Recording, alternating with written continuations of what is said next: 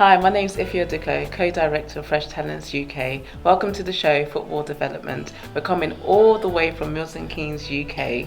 We're going to be discussing areas and practical ways in developing young players and also questioning why the senior national teams are not doing so well. But first, let me introduce you to the director of Fresh Talent Company. He's a coach, a mentor and a scout, SL Duko. Thank you very much, Ife. Fresh Talent Football Development was established in 2012. We operated in 2008. And the main purpose that we set up the development center is to scout young, talented players. Most especially, we're focusing on the African players and Nigerian players to get to that level. So this program is being introduced to bring different people to the platform, and the people that will be coming in, they'll be touching on areas that we can structure and plan to make young, talented Nigerian players get to the level that we want them to get to. And we want the Nigerian national team, senior national team, to do well in international competition like the World Cup. So that is why we put a plan and a program in place that they're going to win the 2030 World Cup.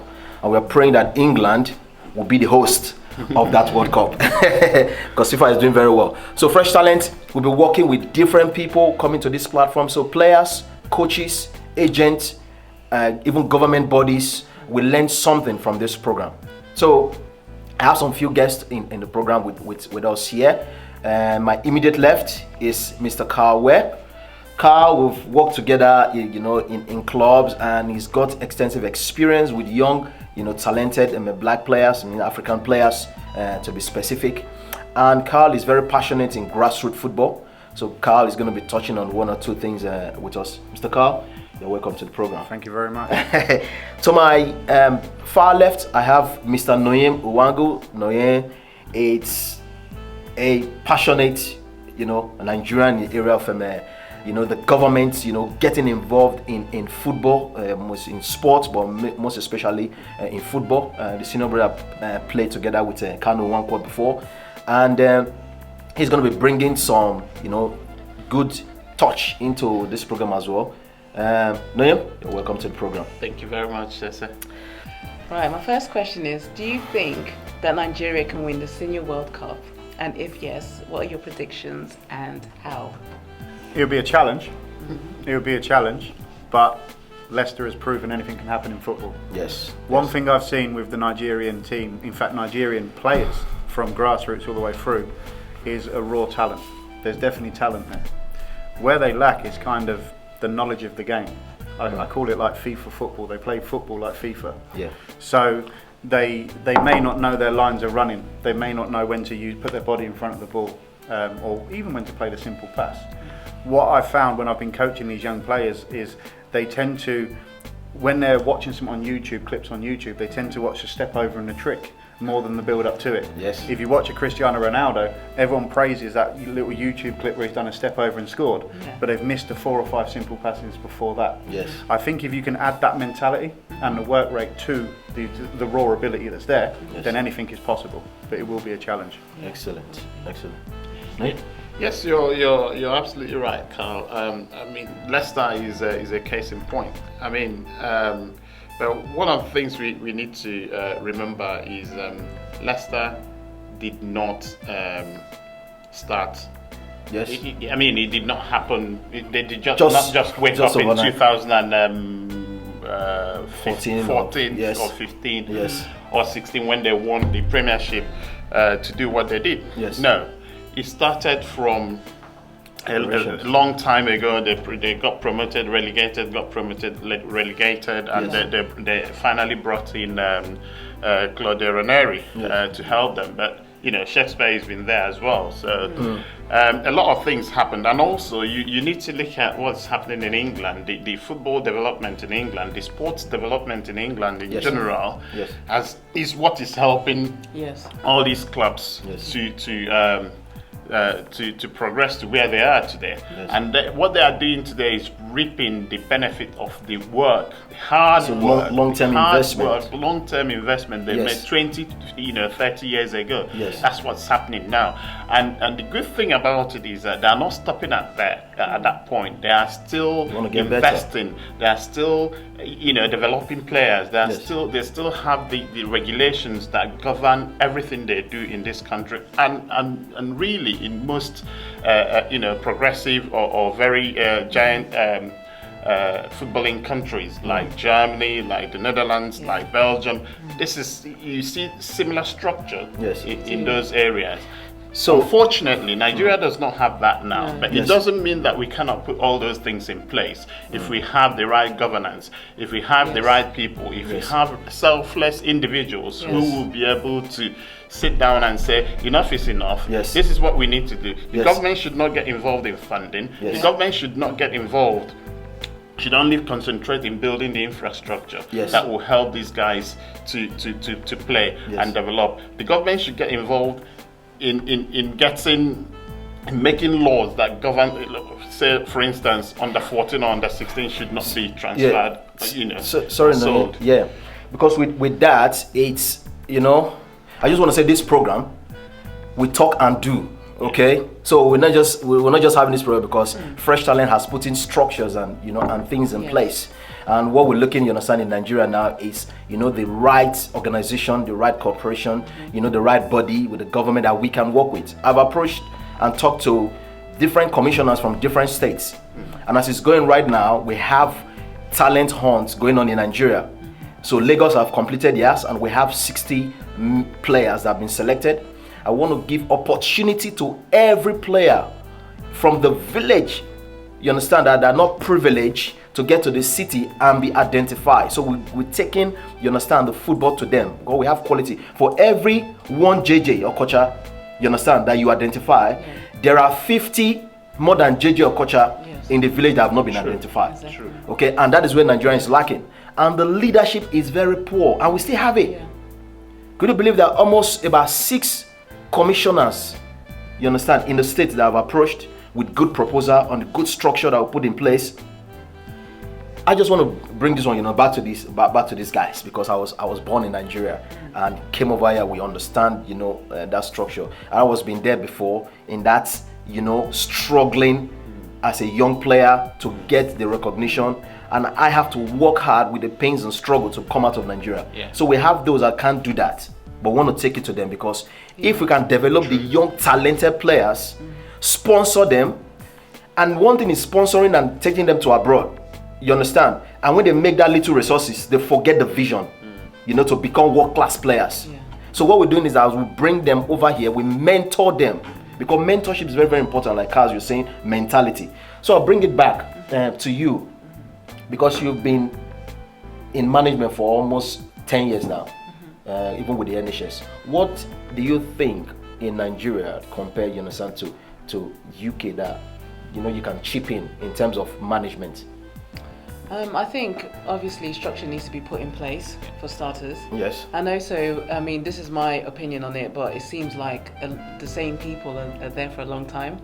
And I think they need to step out and be able to welcome the fresh young minds and the young brains that can bring new ideas into place to make changes. And also not to be small-minded, but to think outside the box and bring in other partnerships involved. Also, I heard in the football area that safeguarding is not in place. So things like that, and safeguarding young people, protecting them, having people in place that can have programs in place to cover them, all the structures in place to protect them from, for example, going internationally. So there's safeguarding that needs to be put in place. Policies need to be put in place. Even like we're doing the educational program in combining the training as well as the educational programs for the young players also needs to be in place. So then when they do come here to the UK, they're fully covered in all aspects of things. So then they can always fall back to education and they're not left basically neglected in that sense. Excellent. I think touching on that, mentorship comes from the top. Yes. There's nothing wrong with the governing bodies of the Nigerian football to have a look at what England's doing, have a look at what Germany's doing, Spain, and just take the bits that will work for your country. Obviously, everyone works differently. Everyone wants their own sort of vision for football. But on the whole, the setup is the same from top to bottom. Yes. When it comes to developing the youngsters, through to looking after the actual people that make professional, Yes. and then beyond that. Yes. There's nothing wrong with Nigeria spending a few weeks in the UK, a few weeks in Germany, and just Yes. seeing their structure and their setup and the foundations they laid. Yes. Now, you know, if you look at these teams that we're mentioning, they've been strong for years, and it's a disappointment if they don't qualify, if they don't progress. Yes. It shouldn't be we've progressed, great, and Yes. then rest on your And there- laurels. And you need to have a look at what the other FAs are doing, what the other governing bodies are doing, and put your structure together from that, because it's a proven routine that works. So Yes. why change it? Why change it? We have a good structure. We have an FA. Whether it's working or not is a different thing. Yes. We have a grassroots football. Yes. Where school children play freely everywhere. But whether those are monitored or managed is a different thing altogether. Yes. And that is where this comes in. You know, the government needs to look at what is not working in this structure. Yes. So you have the sponsorship of football. Yes. You have the laws that govern football and sports in general. Yes. And then you have the infrastructure provision Yes. that will support the sports that govern that we are talking about. Yes. So, in terms of sponsorship, if I may Yes. explain what I mean by that.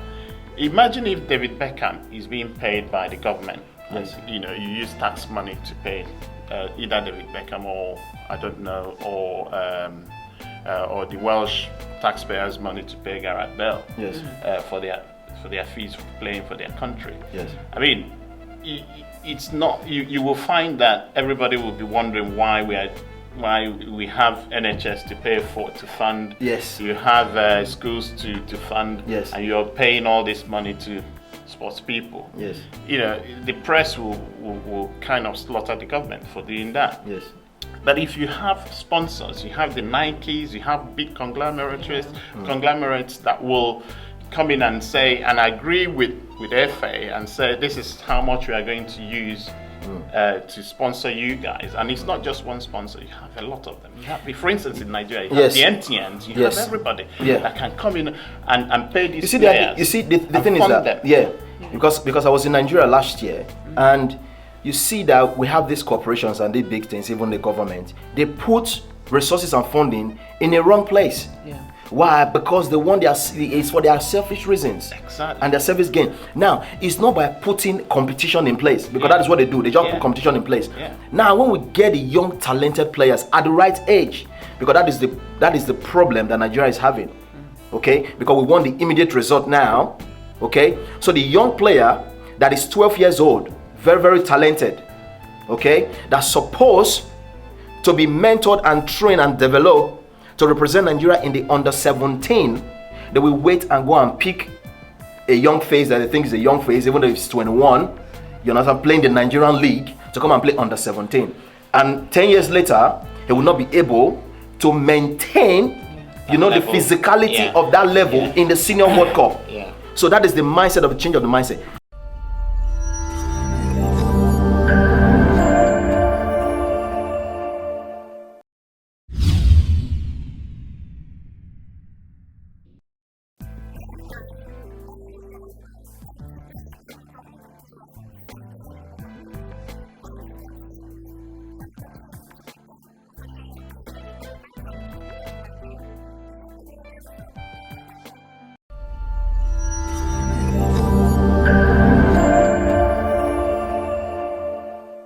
Good to have you, Mr. Abel. Can you tell us your name and your background?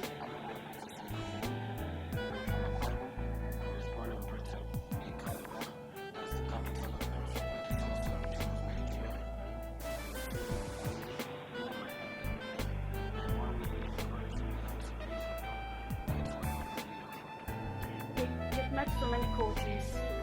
I guess so. You've met with coaches and you've had a lot of experience about them. But can you tell us when you met Fresh Talent, what was your thought?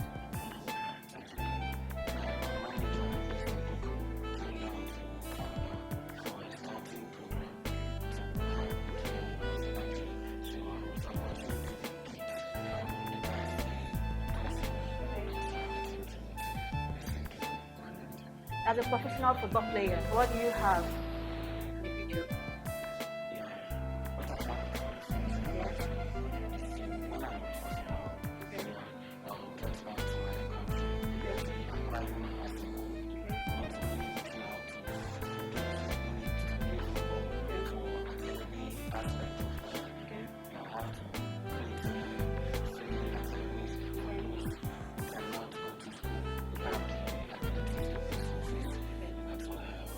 Okay, since you've come across fresh talents, what have you achieved so far with them?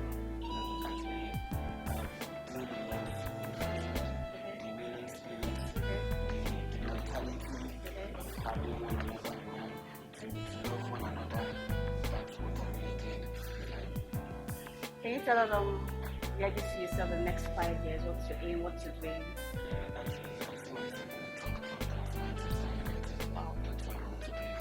Okay. So what do you think about fresh talent?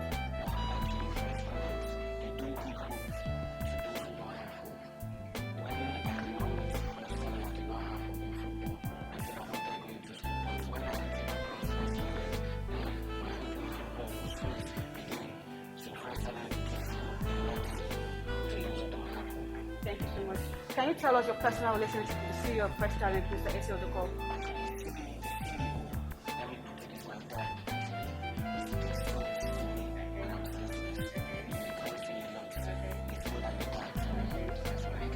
And what do you have to say about Mr. Esi Odoko?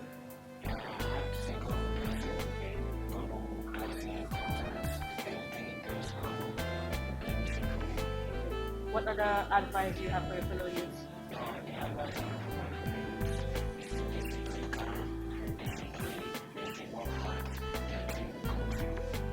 Thank you so much. You as you heard from Mr. Abel, you can see that what he has done in the past few months with Fresh Talent. Stay with us.